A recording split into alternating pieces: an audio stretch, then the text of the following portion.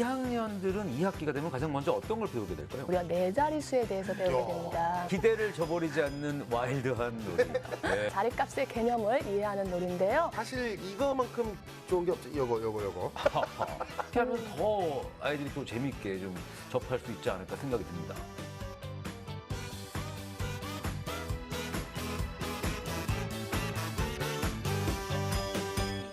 네, 즐거운 이야기를 통해 수학의 재미를 찾아보는 수다학. 네, 저는 홍경민입니다. 자, 여러분들을 만나는 두 번째 시간이군요. 지난주에 제가 이 저학년 수학의 아주 그 심오한 세계를 알고 난 이후에 뭐 저로선 상상도 할 수 없었던 일이죠. 제가 누군가에게 아이들에게 수학을 가르친다라는 이 부분에 대한 그 흥미를 지금 막 느끼고 있는데 아마 방송을 보고 계신 우리 엄마, 아빠분들도 다들 마찬가지이실 거라고 생각을 합니다. 자, 학부모뿐만 아니라 선생님들께서도 이 참고해서 지도하면 좋을 만한 저학년 2학기 수학놀이. 자, 두 번째 시간을 시작해 보도록 하겠습니다. 먼저 우리 필근 씨하고 인사 나누죠. 네, 안녕하세요. 우리 홍경민 씨의 수학 반년 선배 송필근입니다. 반년이면 뭐 한 학기 선배. 한 학기.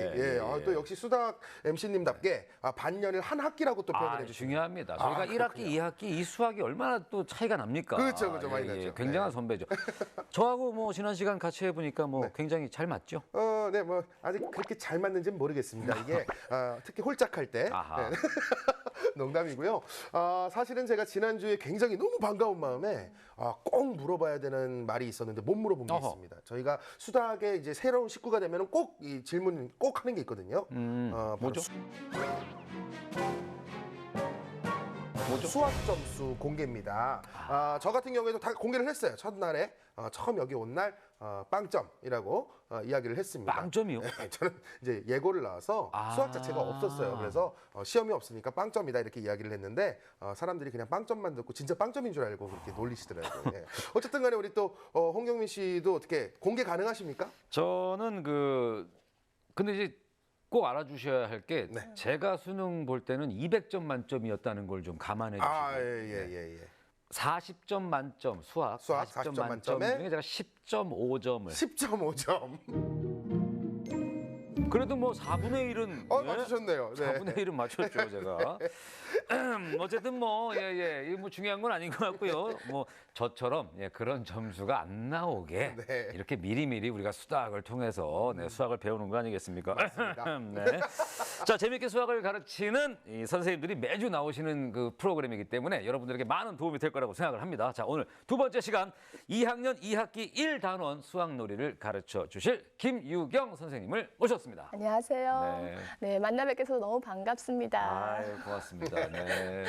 지난주에 선생님 1학년들은요. 1부터 100까지의 그 숫자를 뭐 이렇게 그 주사위하고 이렇게 말판을 이렇게 숫자판을 만들어서 이제 막 재밌게 놀이를 하면서 공부를 했는데 그렇다면 2학년들은 2학기가 되면 가장 먼저 어떤 걸 배우게 될까요? 네, 2학년 언니 오빠들은 무려 4자릿수에 대해서 배우게 됩니다. 4자리. 네. 벌써 4자리. 1학기 때 선생님이 3자릿수 가르쳐 주셨는데 한 자릿수가 더 늘어났습니다. 네. 필근 씨? 네. 4자릿수면 몇 가지일까요? 천이죠. 네, 천이 등장하죠. 어려운 문제가 아닌데 이렇게 갑자기 물어보시면은 이게 사람이 당황을 하게 되는 것 같아요. 네, 일십, 백, 천의 자릿값의 개념을 이해하고 또 수를 읽고 쓸 수 있으면 됩니다. 여기에다가 수의 크기를 비교하고 일씩, 십씩, 백씩, 천씩 띄어셀 수 있으면 충분합니다. 아니 근데 선생님이 그 예전 방송을 보면 좀 이렇게 좀 와일드한 그런 놀이를 좀 좋아하시지 않습니까? 뭐 이렇게 개구리 놀이 만드시고. 맞습니다. 와, 역시 또 모니터 굉장히 열심히 술래잡기 뭐 이런 거 하시고. 네, 정확하게 기억하고 계시네요. 아니 그렇다면은 오늘은 또 이제 어떤 와일드한 놀이를 만들어 오셨을지 너무 궁금한데 지금부터 2학년 2학기 1단원이죠. 4자리 수 관련 수학 놀이를 만나보도록 하겠습니다.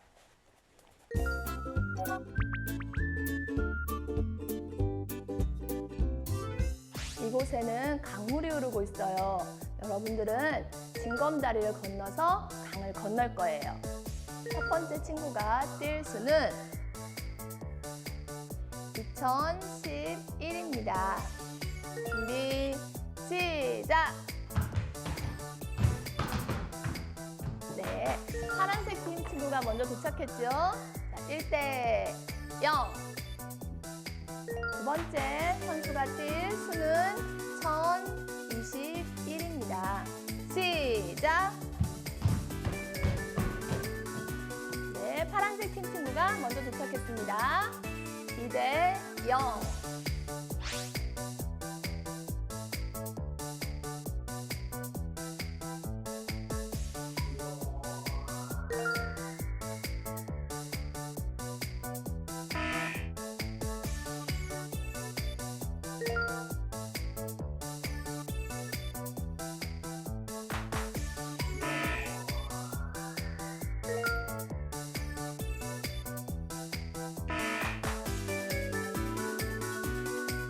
파란색 팀 3점, 주황색 팀 1점. 3대1로 파란색 팀 승리!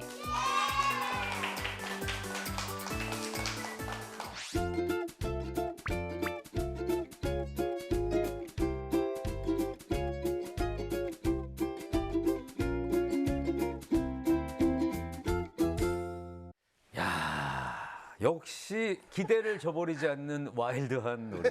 네, 강 건너기인데. 네. 그러니까 정말 방금 영상에서 보신 것처럼 이렇게 숫자가 써 있는 이런 징검다리를 네. 놓고 그걸 이제 뭐 재밌게 그 숫자들을 건너가면서 네 자리 숫자를 공부한다. 네. 네. 이게 그 학습 목표인 거 맞죠? 네, 맞습니다. 제대로 파악하셨어요. 네, 자리값의 개념을 이해하는 놀인데요. 영상 속에서는 제가 술을 직접 제시했거든요. 네, 학생들이 직접 뽑아도 괜찮을 것 같아요. 선생님, 왜 제 차례만 되면 어려운 수를 제시하세요? 이렇게 불평을 하는 친구들이 있어요. 네, 저 같은 친구죠. 네, 일단 내가 뭔가 이제 틀리거나 안 되면 일단 우겨야 되거든요. 네, 저 같은 경우에 어렸을 때 많이 그랬고, 네. 아니면은 이제 우리 편이 수를 적고 그 수를 보고 상대편이 뛰게 하면은 안 될까요? 왜냐면 저 같은 경우에는 무조건 9,999를 적을 거거든요. 아하. 나랑 비슷한 생각을 했어요. 그런 방법이 있거든요. 그죠? 네, 괜히 찔리네요. 네. 아유, 사실 짓궂은 아빠들은 이렇게 아이들이 힘들어하는 수를 제시해서 울리곤 해요. 그것도 예. 네, 그렇죠. 가끔 공감이 아이를 돼요. 놀리는 재미라는 게 또 부모님들이 있기 때문에 그럴 수 있죠. 특히 네. 아빠들이. 네. 네. 하지만 9,999처럼 1,000을 9번, 100을 9번, 10을 9번, 1을 9번 뛰게 되면 아이들도 힘들고 선생님이나 엄마 아빠들도 소품을 많이 준비해야 돼서 힘들겠죠. 네, 그럴 것 같긴 해요. 왜냐면 애가 제대로 뛰고 있는 게 맞는지 이게 확인하기도 어려울 그렇죠, 것 같아요. 그렇죠. 네, 그러니까. 네. 또 이 놀이는 자리값 개념을 학습할 수 있도록 만든 놀이이기 때문에 3011이라든지 1110처럼 0이 포함되거나 같은 수가 반복되는 그런 수를 제시하면 좋을 것 같아요. 네, 그리고 또 1000의 자리 숫자가 나타나는 값부터 뛰고 그다음에 100의 자리 숫자, 그다음에 10의 자리 숫자, 1의 자리 숫자로 이렇게 뛴다고 애들하고 약속을 하면 아이들이 보다 더 자리값의 개념을 쉽게 이해할 수 있을 것 같습니다. 네. 네. 아니 물론 이제 지금 우리가 영상에서 본 건 뭐 교실에서 아이들도 굉장히 많고 뭐 교실 전체를 이렇게 활용하는 거지만 집에서 이렇게 우리 부모님들 손쉽게 아이 뭐 한두 명이어도 충분히 할 수 있는 놀이 같은데 저 같으면 진짜 이렇게 실제로 강물 그림 같은 걸 이렇게 해놓고 진짜 강 건너는 거야 나오나 이러면서 그렇게 하면 더 아이들이 또 재밌게 좀 접할 수 있지 않을까 생각이 듭니다. 네, 아주 좋은 방법인 것 같아요. 네, 아직 학부형은 아니신데 감이 굉장히 좋으신데요. 미리미리 좀 연구를 해둬야죠. 네, 집에서는 엄마 아빠가 강을 그려준 후에 2011처럼 이렇게 건널 수를 제시해주면 아이들은 2011 이런 것이 나타내는 수를 징검다리로 그려놓으면 좋을 것 같아요. 네. 그러니까 만약에 아빠가 2011을 부르면 그럼 아이가 2011 이렇게 적어서 그렇죠. 네. 다리를 만드는 거죠. 그렇죠. 네. 직접 그리는 대신에 스티커를 활용해도 좋을 것 같습니다. 그렇겠네요. 그러면은 요거를 약간 응용을 하면 숫자를 그러면 미리 말 안 하고 네. 건너고요 상대방이. 네. 그럼 건넌 걸 보면서 지금 건넌 거는 그러면은 2011이네 이러고서 맞추기 놀이로 해도 네, 그렇죠. 아주 환상적인데요. 지금 제가 환상적이에요? 엄청난 네. 걸 생각했어요. 네, 사실 2011의 징검다리를 보고 그 2011이라고 이렇게 숫자로 네 자릿수로 2011이라고 쓰는 게 쉽지 않거든요. 굉장히 좋은 학습 내용을 표현한 것 같아요. 그렇군요. 네. 한 해 지나고 나니까 제가 진화를 했어요. 네, 그러게요. 아니 네. 선생님한테 환상적이라는 말씀을 드렸어요. 그러면은 저도 뭔가 해야 될 것 같은데 그럼 이러면 어떨까요? 뭐 이런 거. 그러니까 저희 집이 좀 좁아요. 네. 예, 그러다 보니까 자취방에 사실 제가 몸도 크기 때문에 제 잘 공간도 사실은 넉넉지가 않습니다. 그러니까 강을 그리는 거는 조금 어려울 것 같고 그냥 이렇게 나무 이런 거 그리는 거죠. 그래서 벽에 나무 하나 정도 붙일 공간은 될 것 같거든요. 예, 그래서 뭐 사과를 붙이는 거죠. 그래서 뭐 1000, 100 뭐 이렇게 적어 놓고 따서 합쳐서 수를 말하는 거예요. 그래서 잘 맞히면 사과 한 입 뭐 이렇게 먹는 거죠. 먹고 싶어서 그런 건 아닙니다. 네. 어쨌든 그런 거 어떨까요? 좋은 방법인 것 같은데 네. 사과가 벽에 붙을까요? 하나 다 먹기도 좀 버거울 것 같은데. 너무 너무 저한테 치중해서 아니 죄송해요. 네. 사과 하나가 왜 버겁? 아니 아이가 잘 먹는 집은 네. 그쵸. 그렇게 해도 되겠죠. 네, 뭐 아직 태어나지 않았지만 제 애는 예, 분명히 해볼 수 있을 잘 먹을까요? 뭐 아이 취향에 맞춰서. 네. 근데 그러면 이제 직접 먹는 건 조금 버겁다면 네. 숫자 사과를 떼어오는 거죠. 뭐 3012. 네. 그럼 뭐 3012가 돼 있는 그 사과 스티커를 띄어가지고 가져오기 뭐 이런 거 오. 하면 이제 할 수 있겠죠. 네. 컨디션 굉장히 좋으신데요? 저랑 좀 맞는 것 같아요. 네. 수학이 내가 40 중반에 수학에 눈을 뜨네요.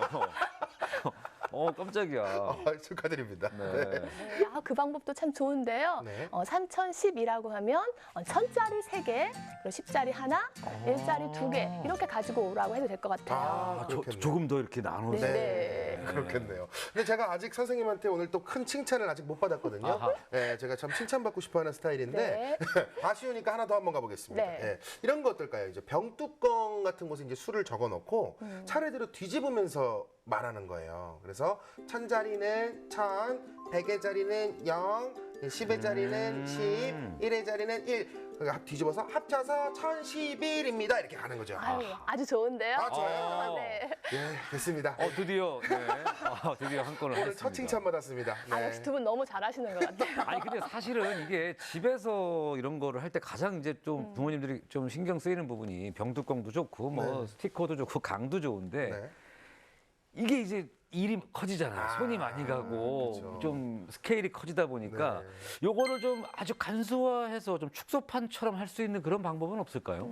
그렇다면 놀이판을 활용하면 어떨까요? 놀이판. 네, 영상에서 본 징검다리를 놀이판으로 만든다라고 생각하시면 쉬울 것 같아요. 네, 종이에다가 1111 이런 동그라미 원들을 그리는 거죠. 그리고 엄마가 2011 이렇게 제시하면 아이는 지우개로 이렇게 밀어서 1002번, 11번, 1번 이런 식으로 이렇게 이동을 하는 거죠. 그러면은 아이들이 이게 징검다리를 직접 건너는 대신 지우개가 대신 이렇게 그렇죠, 건너. 그렇죠.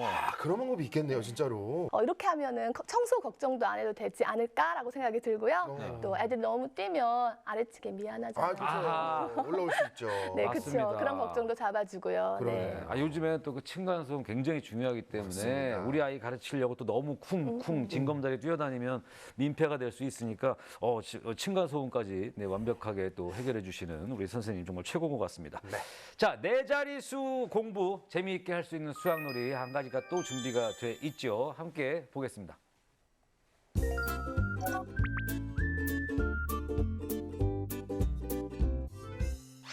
이 놀이는 큰 수 배달하기 놀이예요.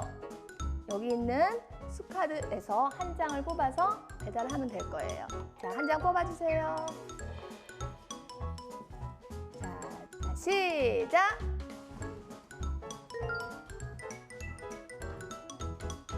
하나, 둘, 셋. 4627은 2314보다 큽니다.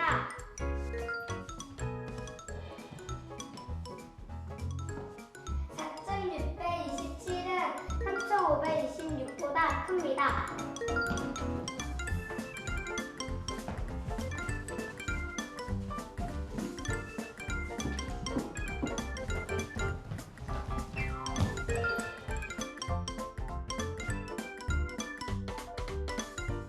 네, 주황색 팀이 수카드 배달을 먼저 끝냈네요. 주황색 팀 승리!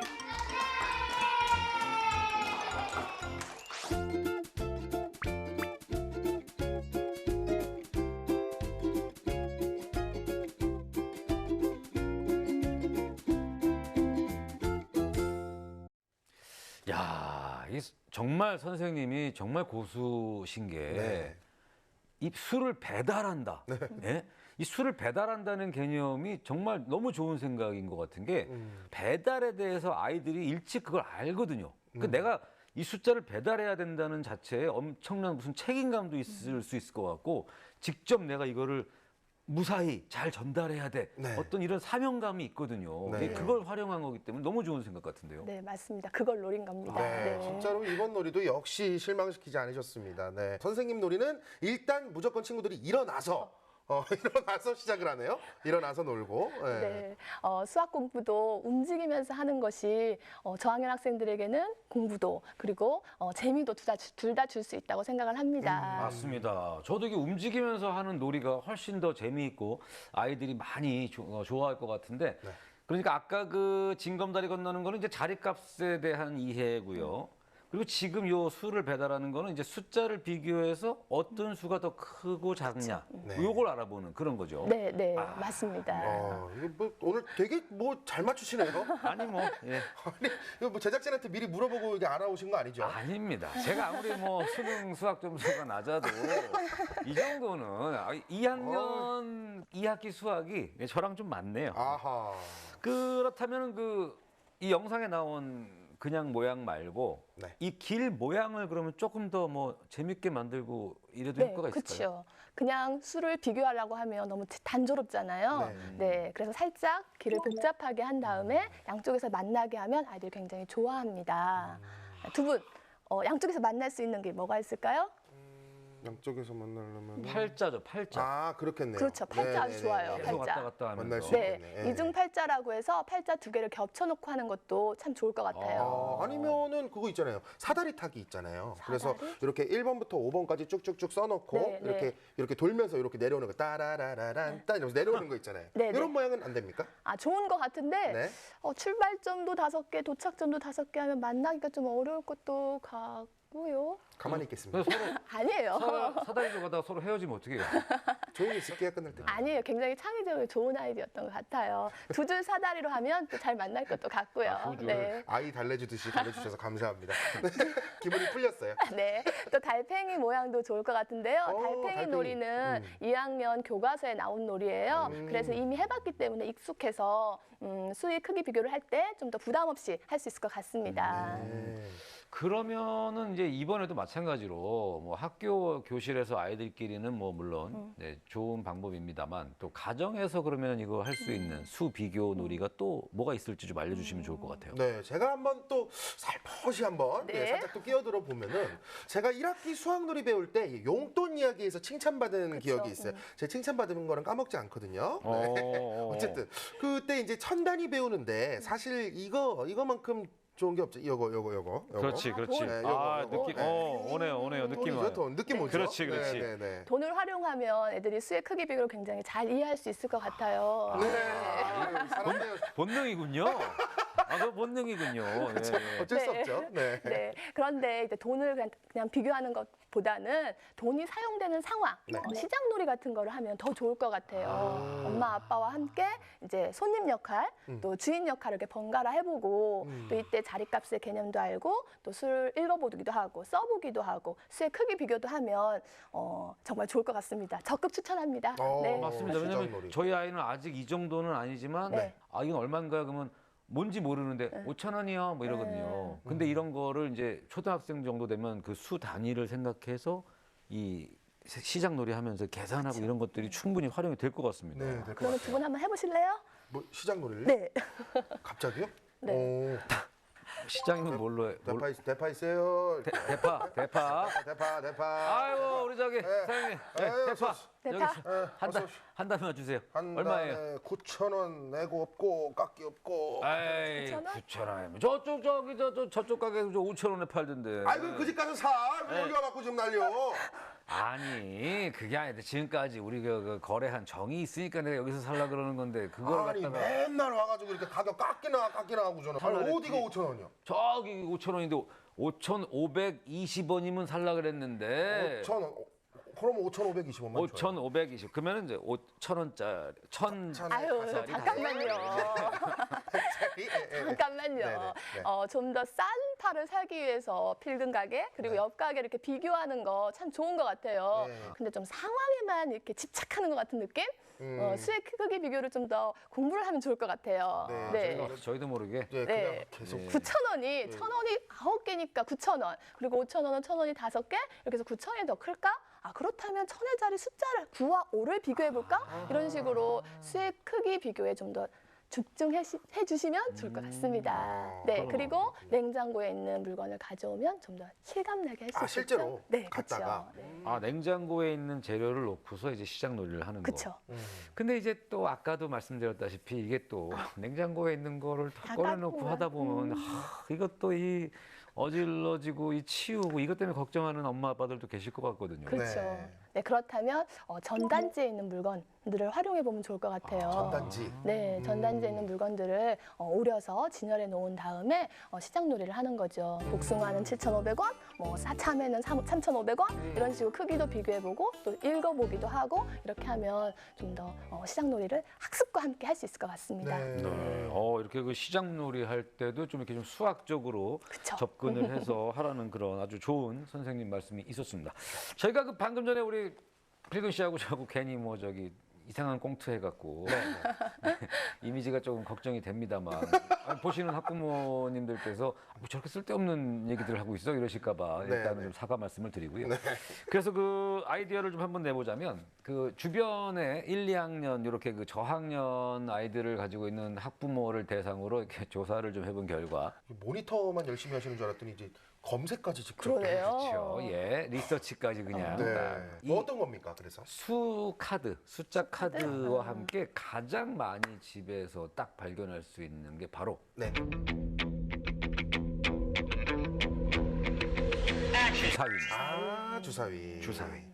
그러니까 주사위를 가지고도 이 숫자 비교가 되잖아요, 그죠? 네, 그렇죠. 네, 서로 다른 크기의 4개의 종류의 그 주사위를 준비한 다음에 가장 큰 거는 1,000, 그리고 두 번째 거는 100, 그다음 세 번째 거는 이렇게 10, 가장 작은 크기의 주사위를 이렇게 1로 이렇게 정한 다음에 이렇게, 4개를 던지는 거죠. 네네네. 그리고는 번갈아 가면서 던진 다음에 이렇게 수의 크기 비교를 하면 좋을 것 같아요. 네. 그리고 저학년 집에는 쌓기나무나 블럭 같은 것도 있어요. 블록 많죠. 네, 그렇죠. 그러면 1,000은 뭐 빨간색, 그다음에 10은 뭐 파란색, 100은 노란색, 1은 초록색 이렇게 하고 나서 그런 것들을 이렇게 쌓아 올린 다음에 그것을 수로 비교해 보는 것도 좋을 것 같고요. 네.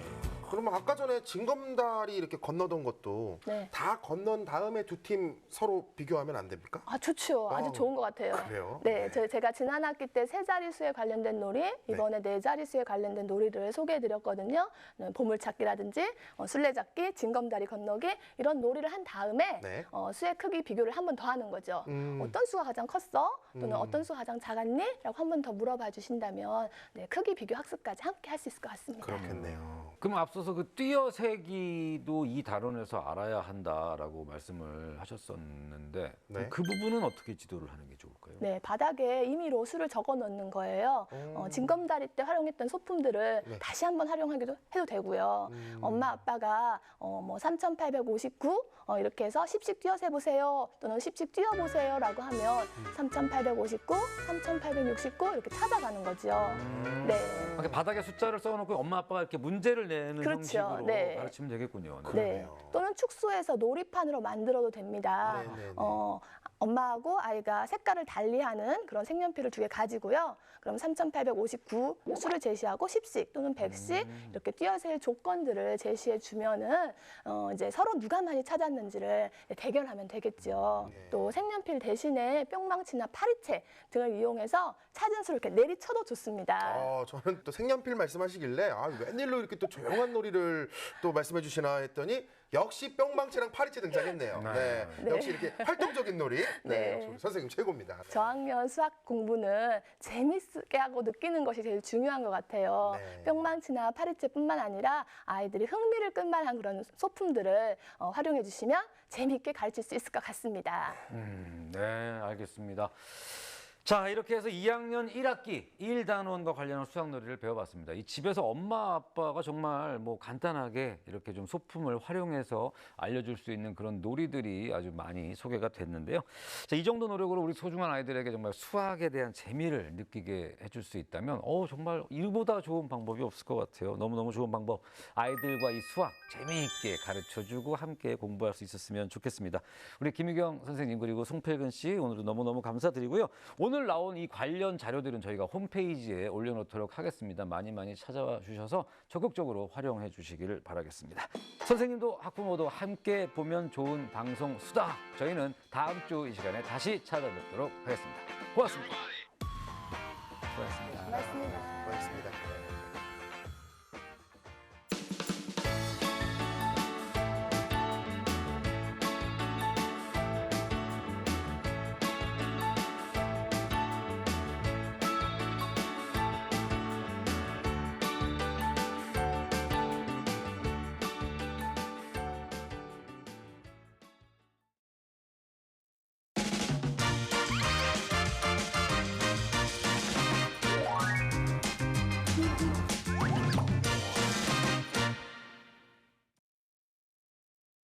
남해의 아름다운 항구도시 통영이 품은 귀한 섬. 배 타고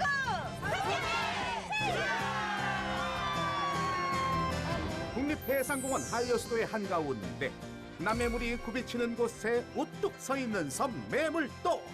해풍기를 거닐다 만난 바다의 만찬. 온몸이 행복해지는 여행지 매물도로 출발. 통영 바다에 뿌려진 보석 같은 섬들이 반짝이는 곳. 그중 구석구석 코리아가 제일 먼저 찾은 섬이 있습니다. 바로 걸음마다 아름다운 비경이 펼쳐지는 곳인데요. 그곳에 가기 위해서 찾은 여객터미널. 이른 아침부터 이곳을 찾은 여행객들로 가득합니다. 자, 여러분, 제가 지금 거제 조구항에 와 있는데요. 이곳에 온 이유는 오늘 우리에게 멋진 섬 여행이 기다리고 있기 때문이죠. 이제는 배를 타고 가겠습니다. 출발!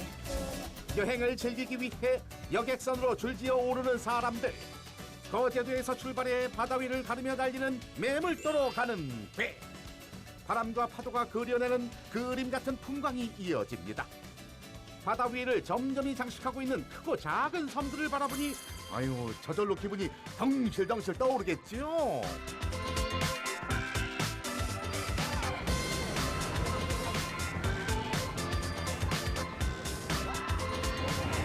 역시 팝핑 바다 이렇게 보니까 너무너무 시원하네요. 진짜 가슴이 뻥 뚫려.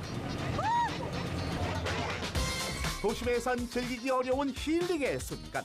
갈매기와의 만남 또한 특별한 추억이 됩니다.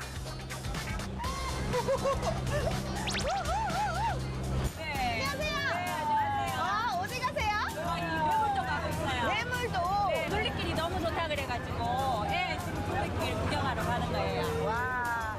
자연 풍광도 보고 그냥 기분 전환할 겸 트레킹 하려고. 트레킹 하시려고. 동화 같은 풍경으로 가득해 백패킹, 트레킹의 성지로 불리는 곳. 모두가 셔터를 찰칵찰칵 누르면서 즐거운 여행에 대한 기대를 추억으로 남겨봅니다. 아름다운 여행이 될 것 같아요. 네.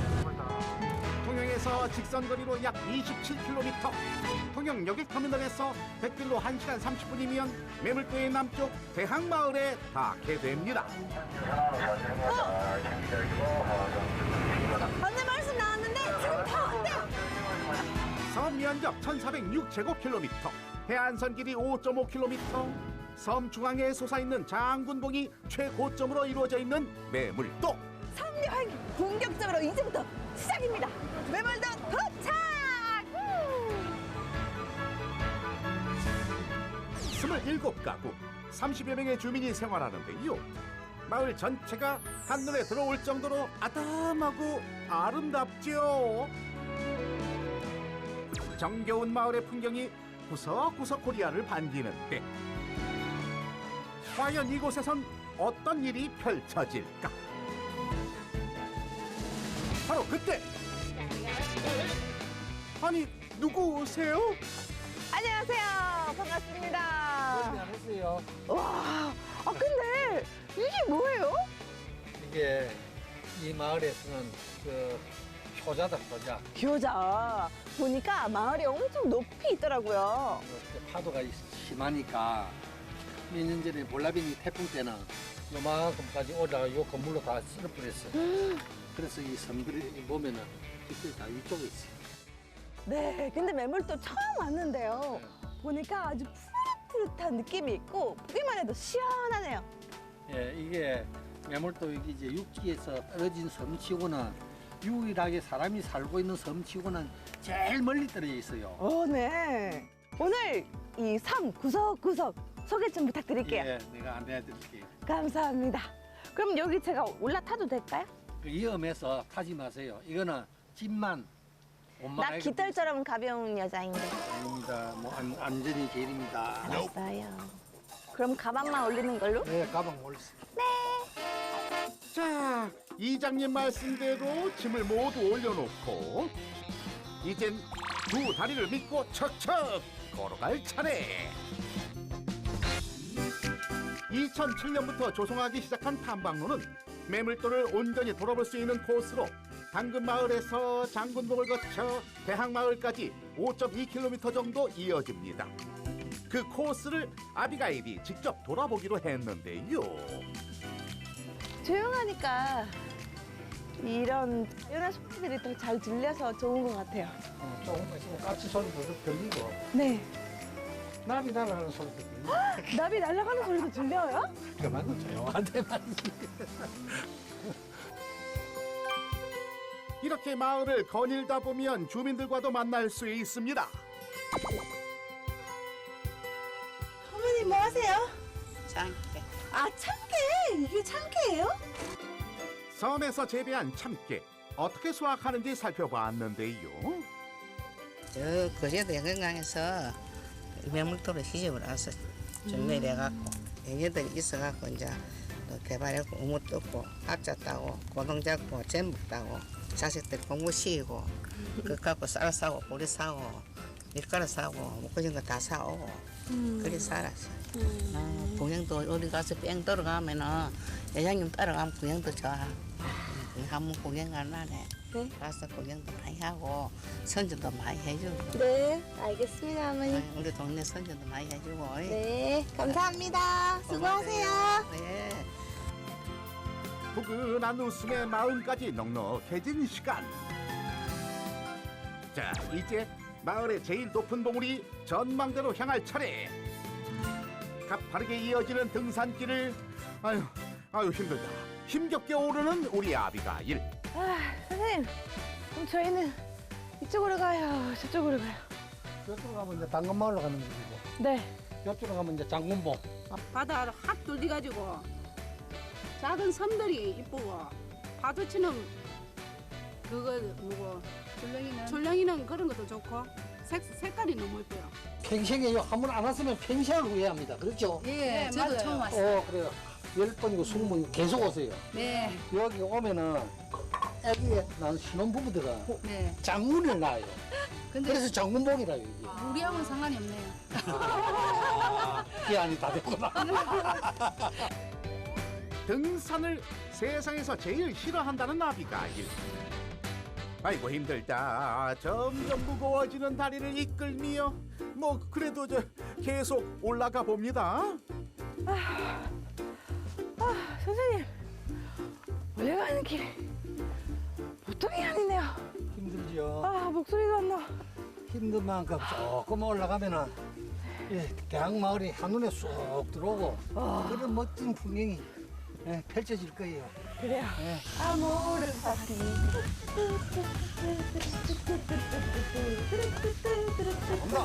아모르 파티. 김연자보다 더 잘하는 것 같은데. 아모르 파티, 아모르 파티, 힘내라 힘. 신나게 노래까지 부르면서 올라오다 보니 어느새 정상의 고비가 눈앞에 펼쳐집니다. 커다란 바위를 오르면 드디어 절경과 마주하게 되는데 완전 대박 사건! 가슴이 뛰지요. 완전! 기대했던 것보다 훨씬 멋지네요. 어느 사람마다 다 감탄해. 이야.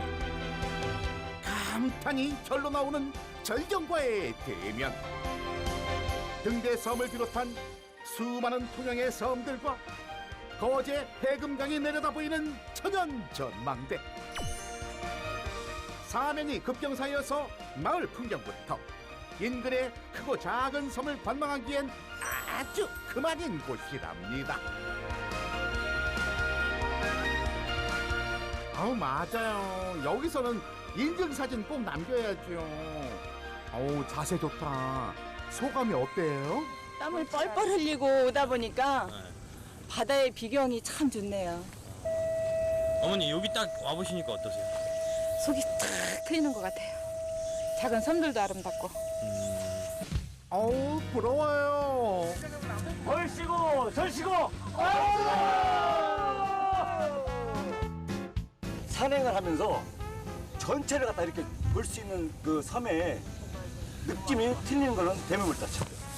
오늘 여기 잘 오셨어. 여기 아까 배에서 이렇게 봤는데 참 나는 그 구석구석밖에 안 보거든요. 나 팬이야. 나 팬인데 오늘 여기 딱 오면서 그 섬산행을 잡았어요. 그래서 섬산행을 어디가 좋은가 하고서 좀 잡아봤는데 매몰도 갑니다 하니까 매몰도를 한 5번씩 갔다 왔대.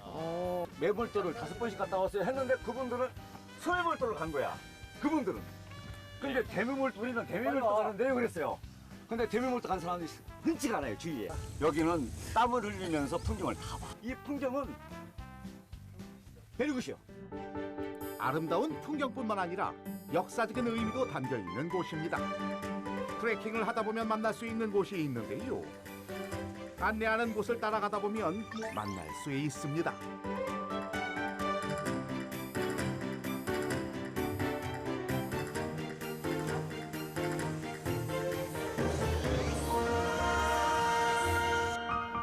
바로 그때 발견한 동굴.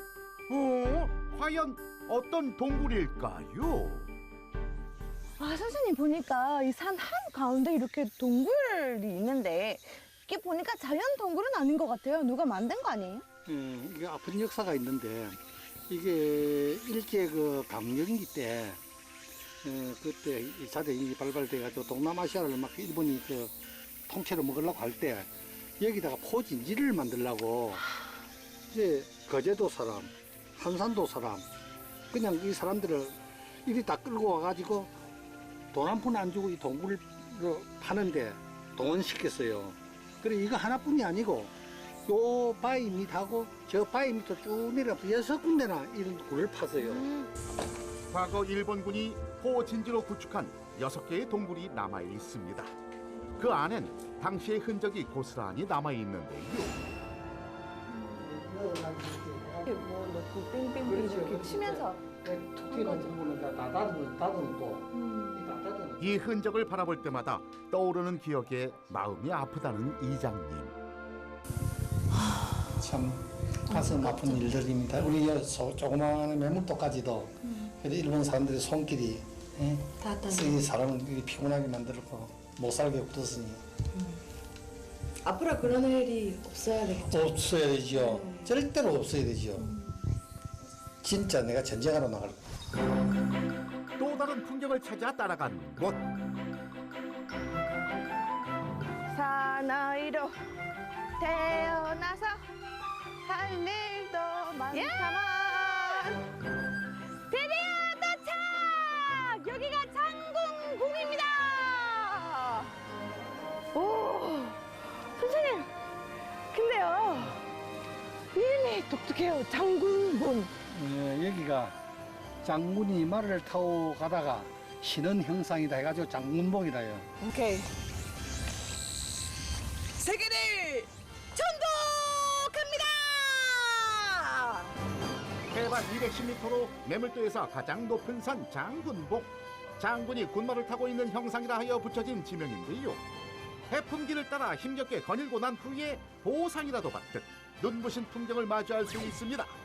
소매물도와 등대섬, 멀리 대구 을비도와 소구 을비도가 360도 파노라마로 펼쳐지는데 여기서 보니까 메밀같이 생겼다. 오! 메밀도 하다가 매물도로 그렇게 변질되지 않느냐 하는 설정이 그래요. 여러 가지 이야기들이 있네요. 네, 재밌는 그래요. 이야기들. 당근마을에서 출발해 장군봉, 등대섬 전망대, 대학마을을 거쳐 당근마을로 되돌아오게 되는 해품길. 이 길이 특별한 이유가 있답니다. 다른 게 좀 알아야 될 게, 네. 그 옆에 이것들이 다 밭이 있어요. 이 섬 사람들이 먹고 살고 이 고구마 다 캐먹던 밭이에요. 네. 매물도는 동백도 같이 품고 있습니다. 동쪽 급경사지에 동백꽃이 군락을 이루고 터널을 만들어 이른 봄 장관을 만든다고 합니다. 터널 여기서부터 쭉 한 20m 정도 연결돼요. 와. 그러면 그 꽃이 나오는 시절에 오면 완전 빨간 터널, 레드카펫 걸어갈 수 있겠네요? 그렇지. 동백꽃 따가지고 그 밑에 꽃 그 딱 떼면은 네. 그 딱 빨아먹으면 달콤한 꿀샘이 그거 있거든. 오, 저도 먹어봤어요. 달짝기하게 참 맛있어요. 겨울의 끝자락, 추위를 담고 피는 꽃 동백꽃.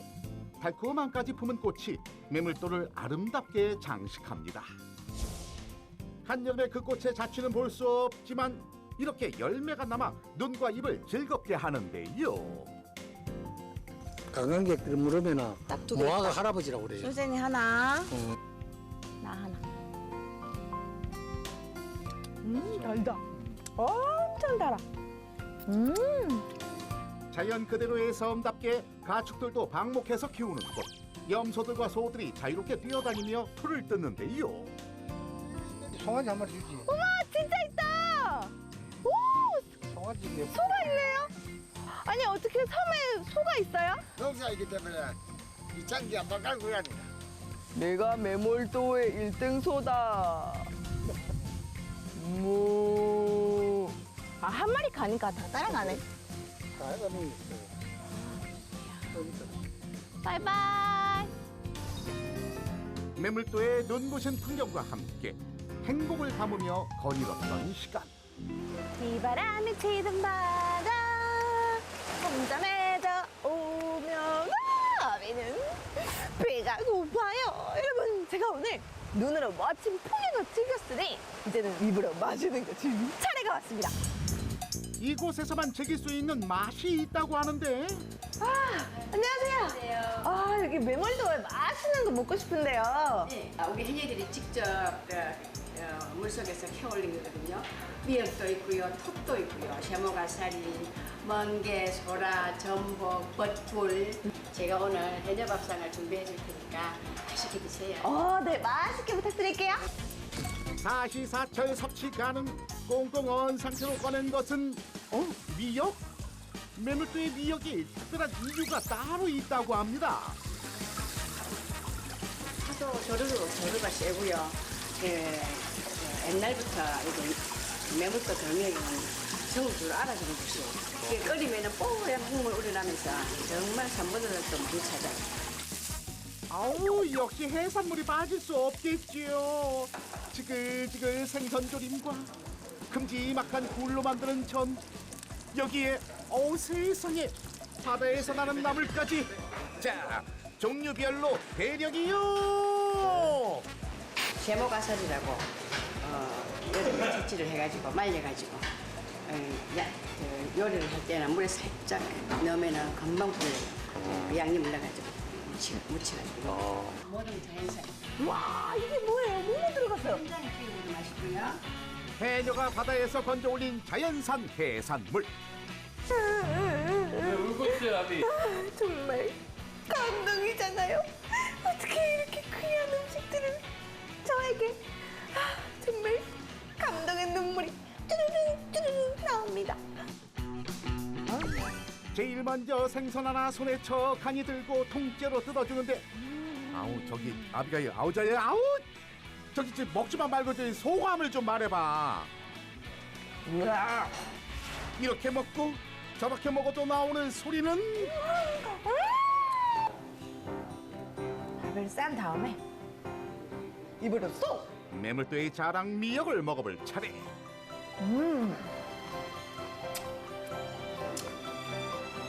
이 맛이 바로 바다의 맛입니다. 이게 이름을 바꿔야 돼? 꼴랑이 그냥? 꼴랑이네, 꼴랑. 푸짐한 바다 밥상과 함께 아름다운 날이 저물어 갑니다.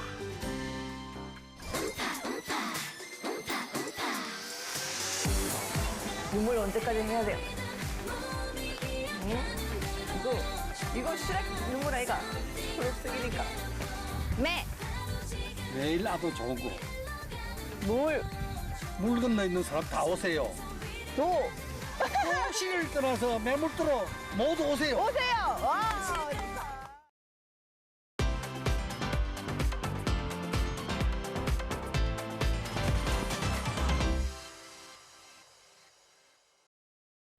이번 주 YTN 시민데스크 잘한 뉴스 못한 뉴스에서는 청소 노동자들의 열악한 쉼터를 고발한 보도와 우리의 목소리를 담지 못한 지소미아 관련 보도의 문제점을 짚어봅니다.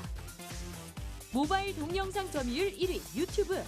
국내 수익 수조 원에 이르지만 세금은 과연 얼마나 낼까요? 오늘 내가 궁금한 뉴스 유튜브세에 대해 알아봤습니다.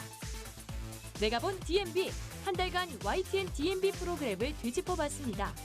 구석구석 코리아에 대한 YTN DMB 시청자위원들의 의견을 들어봅니다. YTN이 궁금하신가요? 생방송 현장부터 앵커, 기자 체험까지 방송의 모든 것을 보여주는 YTN 견학 현장. 이번 주 YTN 이야기에 담았습니다. 여러분 안녕하십니까? 시청자와 함께하는 시민데스크입니다. 한국언론진흥재단이 국가평생교육진흥원과 함께 이달부터 3달 동안 노년층의 미디어 역량을 키워주는 강좌를 연다고 합니다. 7개 시도에서 진행되는 교육은 유튜브 활용법을 중심으로 총 12개 강좌로 구성되는데요. 미디어에 관심이 있거나 교육을 받고 싶은 어르신들은 한국언론진흥재단 홈페이지를 확인해 보시기 바랍니다. 오늘 시민데스크 먼저 잘한 뉴스 못한 뉴스로 시작합니다.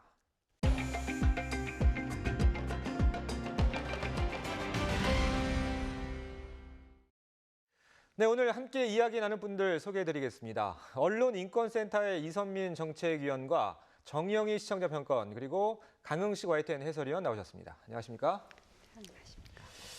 자, 지난주에 이어서 이번 한 주도 조국 법무부 장관 후보자 뉴스가 연일 헤드라인을 장식했던 것 같아요. 먼저 우리 위원님은 YTN 한 주간 뉴스 어떻게 보셨습니까? 그러니까 지난주에 지금 대법원 선고가 있었고 조국 후보자 이슈가 있었고 예. 또 지소미아 종료와 이제 독도 훈련에 대한 미국의 반응이 있었는데요. 굉장히 이제 이슈가 많다 보니까 이제 집중해야 될 것들을 약간 다루지 못하지 않았냐. 특히 대법원 선고 관련해서 보도가 좀 다소 이렇게 의미를 찾는 것에 대한 이런 해석들이 부족하지 않았나라는 생각이 좀 들었습니다. 그러니까 다른 이슈들이 좀 조국 후보자 이슈에 묻혀졌다 이렇게 보시는 건가요? 네. 예. 우리 평가원님은 어떻게 보셨습니까? 네, 사실은 지난주는 대일 관계와 그리고 국내 정치가 모두 별로 편하지가 않은 상황이었는데요. 특히 이제 법무부 장관 후보자 청문회 개최 여부를 둘러싼 여야의 공방으로 굉장히 어수선했습니다. 그 중에서도 특히 이제 그 가족에 대한 확인되지 않는 폭로적인 내용들이 좀 많았었는데요. 언론 보도에 좀 신중함이 좀 절실하게 느껴졌던 그런 한 주였습니다. 예, 알겠습니다. 자, 본격적으로 잘한 뉴스, 못한 뉴스 이야기 나눠보겠습니다. 먼저 위원님은 잘한 뉴스 어떤 보도 꼽으셨습니까? 네, 저는 이번 주 좋은 보도로 지난 1일 방송된 폭염 한파 성면까지 열악한 쉼터 현실과 안 지키면 그만 허울뿐인 휴게실 지침 2기사를 뽑았습니다. 예, 이 2기사가 모두 우리 사회부 신입 기자들이 쓴 기사라고 하더라고요. 아, 그렇습니까? 네. 그러니까 2기사는 청소 노동자들과 경비 노동자의 열악한 노동 환경과 이제 그에 대한 구체적인 정책적 대안을 촉구하는 굉장히 의미 있는 기사였습니다. 예. 특히 지난 8월 중순에 서울대에서 청소 노동자 한 분이 사망을 하셨잖아요. 그렇죠. 예. 근데 그 관련해서 그 이후에 몇 가지 이제 언론들에서 관심을 갖고 보도를 했는데 현 시점에서는 약간 그런 보도가 잦았던 상황에서 다시 한번 이 문제를 제기해서 이제 관심을 촉구했다라고 볼 수 있습니다. 예.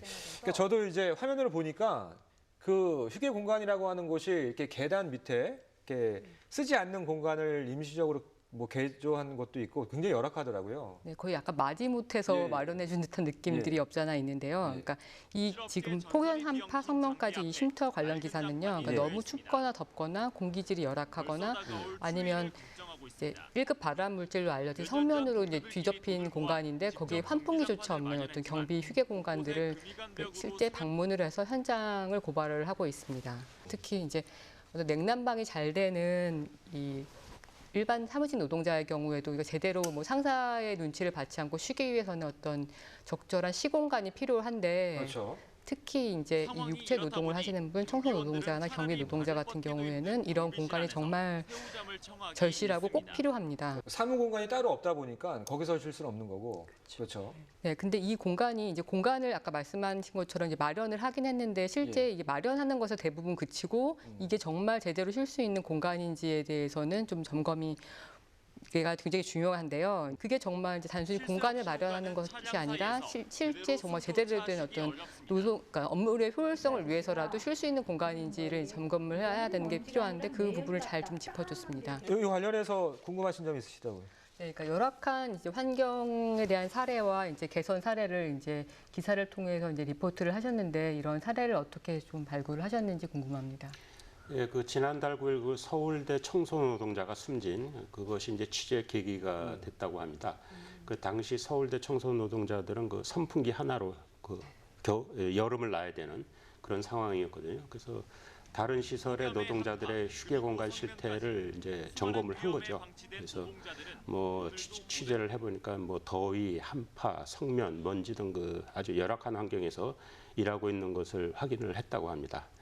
또 이와 함께 그 정부가 내놓은 그 가이드라인을 지키는 것도 이제 같이 취재를 해서 보여줬는데요. 이렇게 자발적으로 그 휴게 공간을 개선한 사례를 전함으로써 의지만 있다면 얼마든지 나아질 여지가 있다. 이런 메시지도 같이 전하고 싶었다고 합니다. 자, 우리 이어서 우리 평가원님 어떤 보도 또 잘한 뉴스로 꼽으셨습니까? 네, 저희 이번 주 잘한 뉴스로는요. 지난 8월 30일에 보도된 내용인데요. 한국은행 기준금리 동결 10월 인하 가능성이라는 기사를 선정을 했습니다. 이 기사는 시청자가 이해하기 쉽게끔 그렇게 전달하려는 기자의 노력이 굉장히 돋보였던 그런 기사였습니다. 전달의 내용도 좋았고요. 그리고 전달의 형식도 모두 좋았습니다.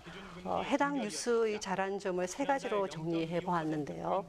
첫 번째는 전달 내용이 명확했고 또 내용을 인과론적으로 잘 설명을 했습니다. 그러니까 그 얘기는 기준금리를 동결할 수밖에 없는 배경 그리고 10월 달에 다시 추가로 인하할 가능성이 있는 이유를 그 앞뒤 설명을 잘 붙여서 설명을 했었습니다. 그러니까는 뭐 저희가 방송 뉴스에서 리포트 길이가 뭐 길어야 한 2분 정도 되거든요. 그렇죠. 그런데 그 2분 안에서도 충실하게 구성을 갖췄다는 칭찬하신 거잖아요. 그렇죠. 예, 그 내용 구성의 내용을 보면은 기준금리 동결의 배경과 향후에 또 추가 인하의 가능성을 제시를 하면서 대외적인 요인도 같이 모두 제시를 해주었거든요.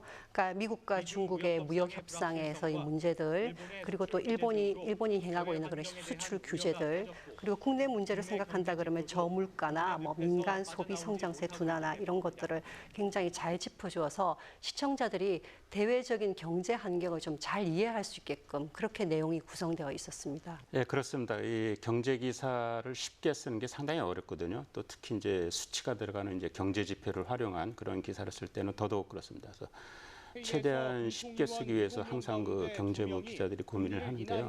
또 그래서 공부가 또 필요한 겁니다. 많이 알고 또 그 상황을 잘 이해해야지만 쉽게 쓸 수 있는 것이거든요.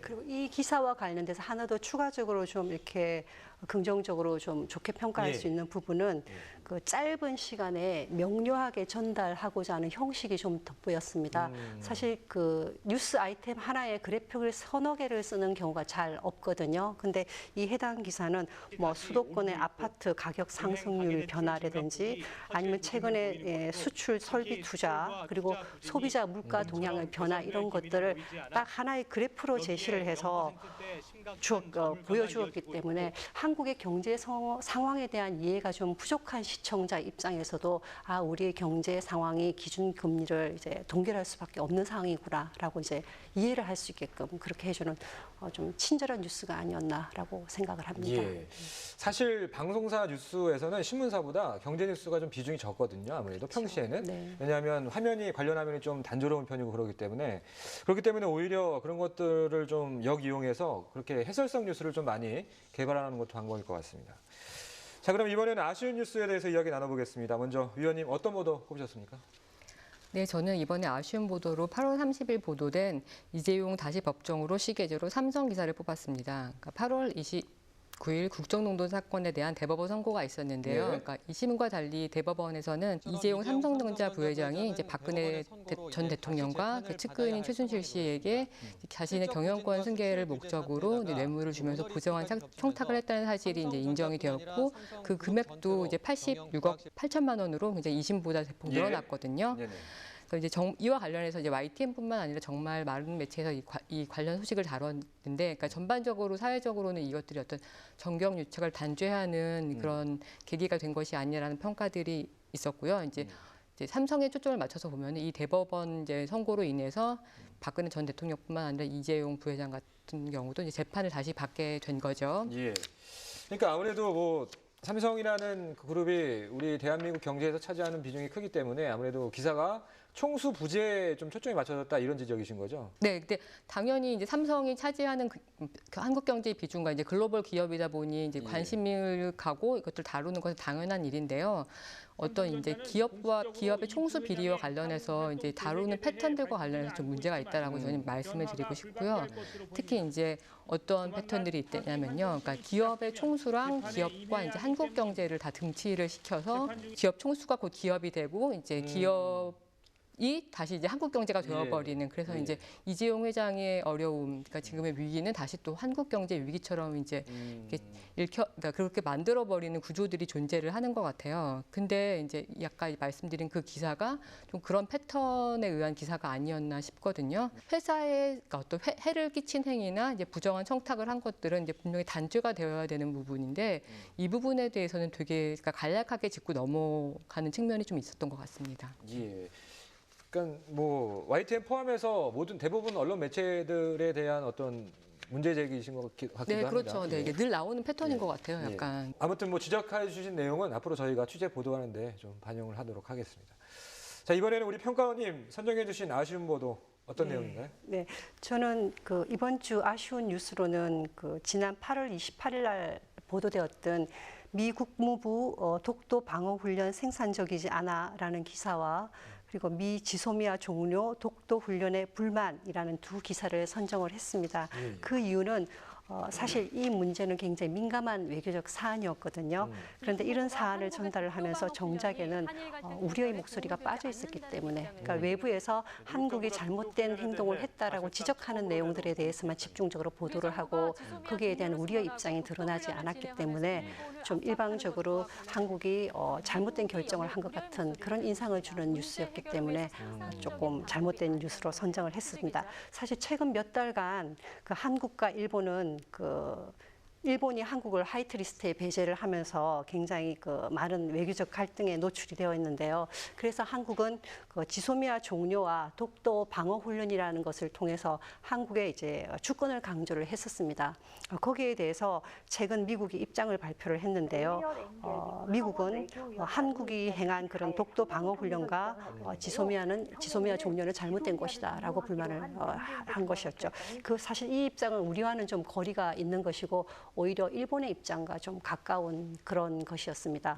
특히나 더 신경이 쓰였던 것은 그 NHK가 한국의 그런 그 결정을 비판하면서 썼던 기사까지도 인용을 했거든요. 인용 보도를 했는데 정작 그에 대응하는 우리의 전문가 인터뷰나 아니면 우리의 관계자 인터뷰가 없었기 때문에 하나의 목소리만 일방적으로 나간 것이 아닌가라는 그런 생각을 했습니다. 이제 뭐 저희가 사실은 외교 문제잖아요. 특히나 한미 간의 문제이기 때문에 그 뭐 취재 기자가 추측해서 쓸 수도 없는 거고 입장이 나오지 않은 상황에서 뭐 보도에 참여하는 일인으로서는 충분히 이해가 가는 상황인데 시청자 입장에서 좀 답답할 수도 있을 것 같습니다. 예, 그렇습니다. 지금 말씀하신 기사는 이제 국제부에서 쓴 기사입니다. 국제부에서 쓰다 보니까 이제 외신만 담당하는 기자들이거든요. 그러니까 미국에서 나온 얘기 또 일본에서 나온 얘기를 뭐 밤에 주로 들어오는 기사들을 처리를 하는 겁니다. 거기에 대한 뭐 반응은 뭐 물론 이날도 당일날 우리 정치부나 통일외교안보부서에서 기사 작성을 해서 보도를 했습니다. 그리고 또 일본 측에 대한 그 청와대 입장이 그날 있었는데요. 뭐 오후에 우리가 뭐 직접 생중계 방송도 했고요. 그러니까 이것이 이제 한 기사에 다 녹아들지 않다 보니까 이제 이렇게 보실 수 있는데 우리 측의 반응은 뭐 그때그때 또 보도를 하고 있습니다. 예. 아무튼 뭐 외신 인용한 보도라든지 국제부 관련된 기사와 관련해서도 좀 지적들이 계속 나오는 것 같아서 우리 위원님께서 좀 전달을 잘 해주시기 바랍니다. 알겠습니다. 네, 지금까지 잘한 뉴스 못한 뉴스 이야기 나눠봤습니다. 오늘 말씀 여기까지 듣겠습니다. 고맙습니다.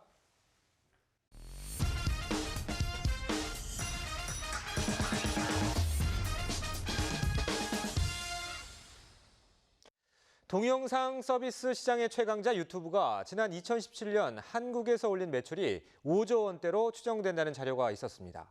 하지만 정작 유튜브가 밝힌 매출은 2,600억 원에 머물러 큰 차이를 보였는데요. 왜 그런 걸까요? 내가 궁금한 뉴스에서 함께 풀어보시죠.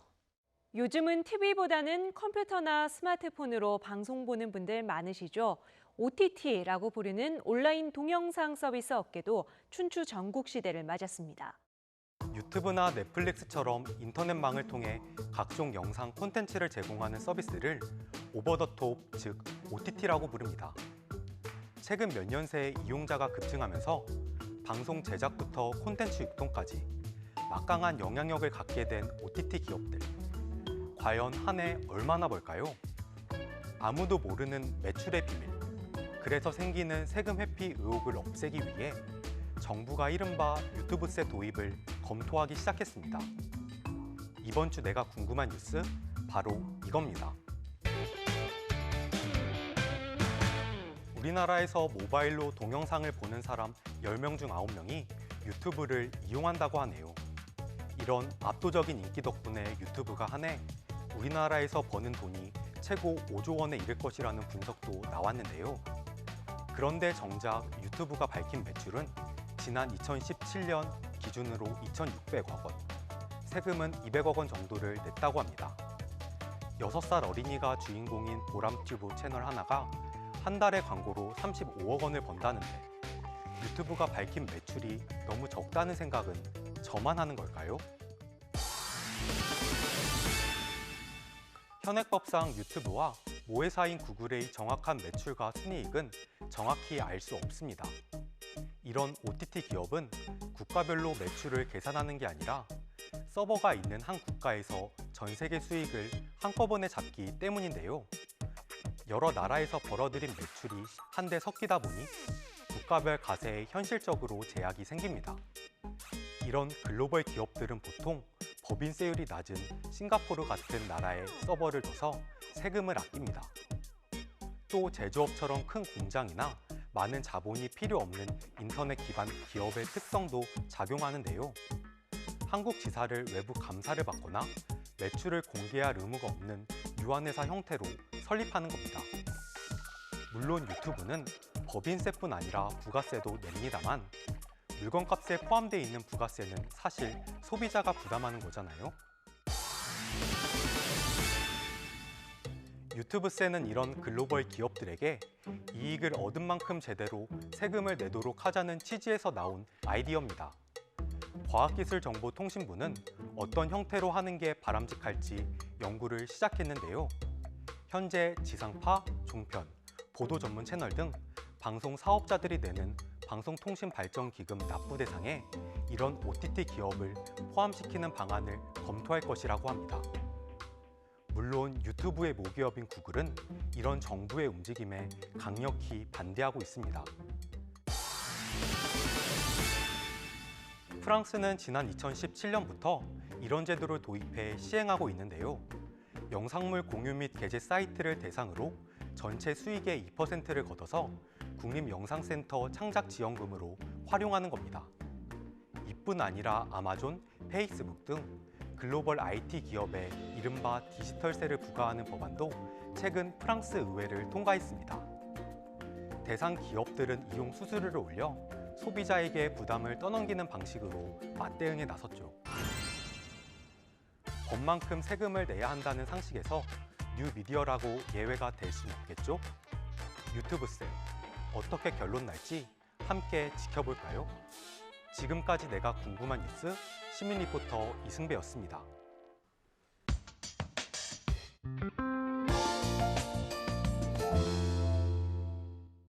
YTN DMB에서 방송된 프로그램을 평가하는 내가 본 DMB 시간입니다. 이번 달에는 국내 여행지를 소개하는 구석구석 코리아 프로그램에 대해 DMB 시청자위원회가 열렸습니다. 위원들은 어떤 의견을 냈는지 함께 보시죠. 오늘 주제는 구석구석 코리아라는 제목인데 우리 이은하 위원님부터 준비한 내용을 말씀해 주시기 바랍니다. 여행과 먹방이라는 두 가지 요소를 잘 버무려서 구성을 하신 프로그램이다. 그런 생각이 좀 들었습니다. 그리고 특히 이제 얼마 전에 통계청 조사를 보니까요. 20대들이 가장 하고 싶어 하는 활동, 자기가 시간이 있고 여유가 있다면 하고 싶은 활동이 뭐냐, 여가 활동 뭐냐 했더니 70% 이상이 여행을 꼽았다고 하더라고요. 그래서 이 프로그램이 이제 사실 YTN이 시청자층이 사실은 이렇게 아주 젊지는 않은데 요 꼭지는 좀 충분히 유튜브 같은 채널에 얹혀져서 이제 20대들도 좀 소비할 수 있는 프로그램이 되지 않을까 하는 생각이 들었고요. 보면서도 한 번쯤 해보고 싶다라든지 또는 소개하고 싶다 이런 생각이 들 정도로 잘 구성이 되었다고 생각을 하는데요. 예, 저는 말씀 아까 좀 미루신 아쉬웠던 부분을 조금 더 하자면은 알짜 여행 정보를 다루는 데 있어서는 조금은 좀 구체적이지 못한 부분도 있었던 것 같습니다. 어떻게 하면은 그 체험을 좀 할 수 있는지 그리고 그 체험의 내용이 뭔지 좀 구체적으로 알고 싶다는 생각이 들었고요. 약간 세밀하지 못한 느낌이 있었던 것이 암흑 카페가 시각 장애를 체험할 수 있는 공간이라고 했는데 거기서 이제 진행자가 이렇게 잘 안 보이니까 너는 눈이 없냐? 이런 식으로 이제 말하는 부분이 있어서 그런 부분이 그대로 방송된 게 좀 아쉬웠고요. 비슷한 장소, 비슷한 진행, 그다음에 비슷한 소재로 워낙 많이 이렇게 반복적으로 나와서 좀 식상한 감은 좀 있었습니다. 그래서 암흑 카페도 그렇고 광장 시장도 그렇고 우리나라가 워낙 이 아기자기하다 보니까 아기자기한 요소를 가지고 워낙 많은 곳에서 이렇게 소재를 많이 쓰다 보니까 비슷한 내용으로 비슷한 컨셉으로 비슷한 주제로 워낙 많이 이렇게 노출이 돼서 좀 식상한 감은 좀 느꼈습니다. 저도 이제 비슷한 의견인데요. 우선 한 편에 3-4개 주제를 보여주니까 근데 그게 짧고 짧고서 흥미는 돋아지는데 약간 맛만 보여준 느낌이 조금 들더라고요. 그래서 말씀하신 대로 다양하게 볼 수 있는 게 또 장점이긴 한데 그러다 보니 좀 약간 일관된 게 뭐가 없다 보니까 조금 이거를 이제 프로그램을 주제나 지역이나 아니면 그 대상 20대 타겟을 하셨다든지 아니면 초등학생의 타겟을 했다든지 이런 식으로 좀 주제가 좀 있어서 그게 뭉쳐지면 좋은데 조금 약간 산발적이다라는 느낌이 들었고요. 저도 아까 위원님처럼 저는 이제 앞에 위원님도 말씀하셨지만 여행 정보 좀 세심하게 있었으면 좋겠거든요. 그러니까 예를 들어 서울시티 투어 버스도 물론 검색하면 쉽게 알 수 있을 거라고 하지만 모든 분들이 또 익숙한 건 아니니까 예를 들어 서울시티 투어에 그렇게 귀신 체험 시간대는 저녁 몇 시대입니다라고 해주시면 거기에 맞춰서 검색을 오히려 쉽게 조금 디테일하게 바로 들어갈 수 있도록 그런 거를 세심하게 신경 써주셔서 넣어주셨으면 좋겠고요. 우선 20분도 채 안 되는 시간에 세 지역 크게 서울, 보령, 하동 그리고 또 각 지역마다 또 여러 군데를 이렇게 쪼개다 보니까 아무래도 좀 디테일하게 설명하기는 어려울 거예요. 그래서 만약에 조금 더 구체적인 정보를 제공한다면 어느 특정한 지역만 서울만, 보령만, 하동만 이렇게 한다면 조금 더 자세하고 의미를 부여해가면서 재밌게 만들 수도 있지 않을까 그런 생각이 들었어요. 그래서 한번 참고만 하시고요. 또 이렇게 얘기를 들어보니까 위원님들이 굉장히 중요하고 예리한 그런 말씀들을 많이 해주셨는데 하여간 방송 제작에 많은 도움이 됐으면 좋겠습니다. 오늘 회의 여기서 마치겠습니다. 예.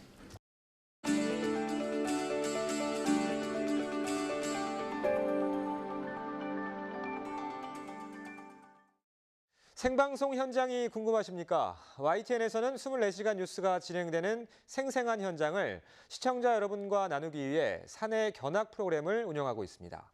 미래의 언론인을 꿈꾸며 YTN을 찾은 고등학생들이 오늘 YTN 이야기의 주인공입니다. 저는 방송 PD가 되는 게 꿈입니다. 해외에서 일어나는 여러 일들을 알리는 기자가 되고 싶습니다. 미래의 언론인을 꿈꾸는 발랄한 고교생들이 YTN을 찾았습니다. 방송국에서 보낸 하루는 어땠을까요? 함께 따라가 볼까요?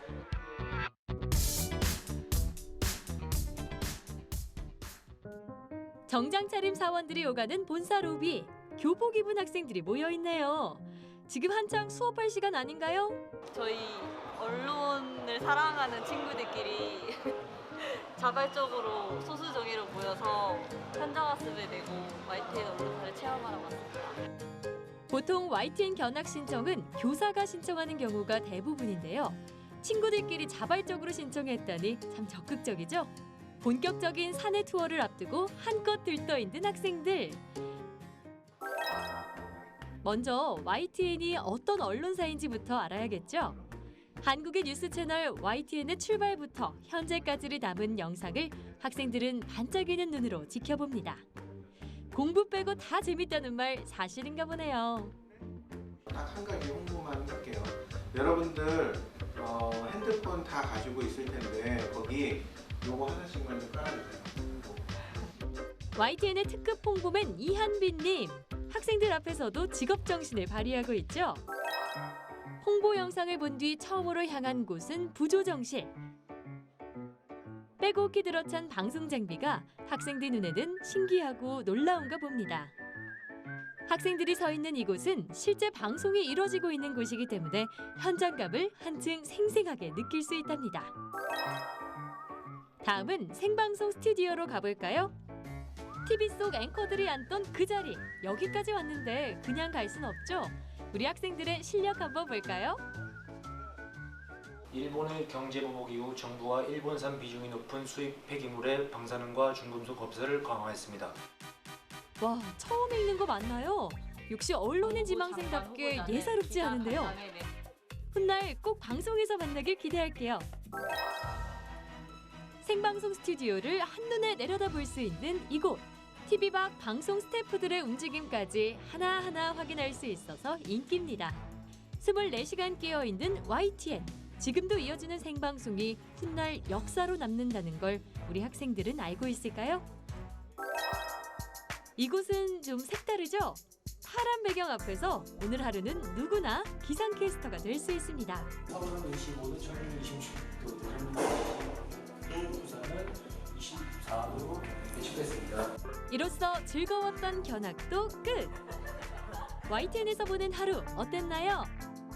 평소에 이쪽 분야를 희망하지만 개념이 잘 정립되지 않거나 잘 방송 뒤편에 이런 모습들을 자세하게는 알지 못했는데 설명을 통해서 이런 모습들을 제 눈으로 직접 확인하면서 볼 수 있었고 또 체험해 볼 수 있어서 되게 좋은 기회였던 것 같습니다.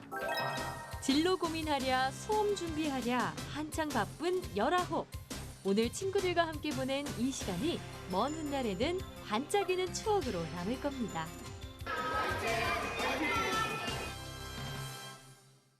요즘 모바일로 동영상 보는 분들 많으시죠? YTN도 이용자들이 좀 더 편하게 뉴스를 볼 수 있도록 지난달 모바일 시스템을 정비했습니다.